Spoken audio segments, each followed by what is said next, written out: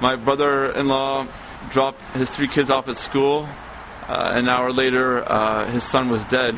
The past 4 days for the family were, for each individual member of the family, were the worst 4 days of our lives.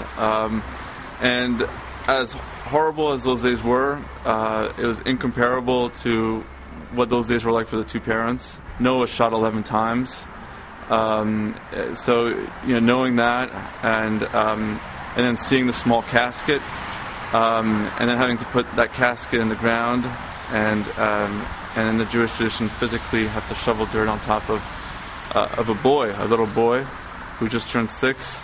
It's devastating. It's absolutely devastating. Noah has 2 sisters. He's got a twin sister who, thank God, they separate twins, and she was in another classroom, so she survived. And then she's got another sister who's 7. And from what we understand now, her teacher put the whole classroom in a closet and locked it. And the gunman opened the door to the classroom but thought that no kids were in there. And so they were spared. So when I see those 2 kids, Sophia and Ariel, I see them, that's the one ray of light.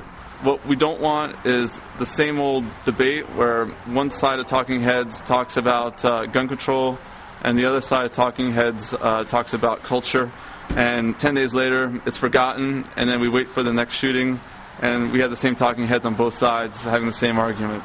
I think from my personal perspective, it's time for a national conversation about this issue. It's a very complicated issue involving a lot of different facets, and it's not a political issue, it's a human issue.